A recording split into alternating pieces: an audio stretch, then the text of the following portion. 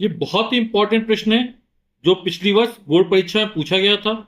प्रश्न है, एक अवतल दर्पण से 25 सेंटीमीटर दूर रखी वस्तु का दोगुना बड़ा वास्तविक प्रतिबिंब बनता है।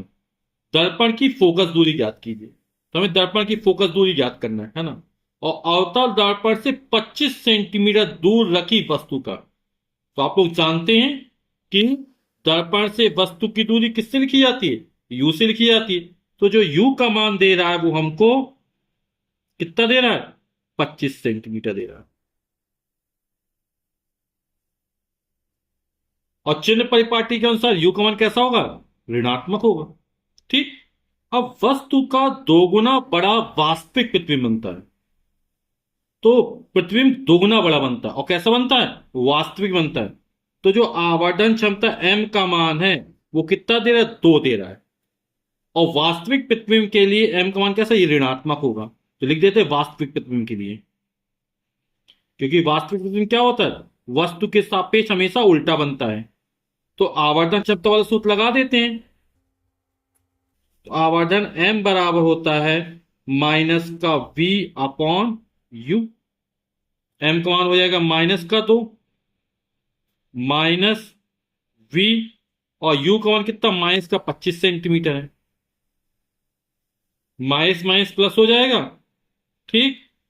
और 25 का 2 में गुणा, 25 दूनी 50, तो माइनस का 50 आ जाएगा। तो वी का मान हो जाएगा माइनस का 50 सेंटीमीटर। हमें दर्पण की फोकस दूरी ज्ञात करना है ना। तो यू का मान हमको दिया है, वी का मान हमने निकाल लिया। तो दर्पण का सूत्र लगा देंगे, 1/f बराबर 1/v प्लस 1/u। तो दर्पण का सूत्र है 1/f बराबर 1/v प्लस 1/u। मान रख देते हैं 1/v, और v का मान है माइनस का 50 प्लस 1/u, यू का मान है माइनस का 25। इसको लिख सकते हैं माइनस का 1/50, या प्लस माइनस का माइनस हो गया 1/25। 50 और 25 का एलसीएम लासा कितना निकल आएगा? 50 ही निकलेगा। 50 का भाग 50 में देंगे, एक बढ़ जाएगा। एक एक अन्ना में एक, तो माइनस का 1 हो गया। 25 का भाग 50, 25 दूनी 50, 2 बार गया है ना। 2 का 1 में गुणा 2 हो जाएगा। माइनस तो माइनस लिख दिया। -1 -2 माइनस का 3/50 हो जाएगा। तो 1/f बराबर निकला माइनस का 3/50।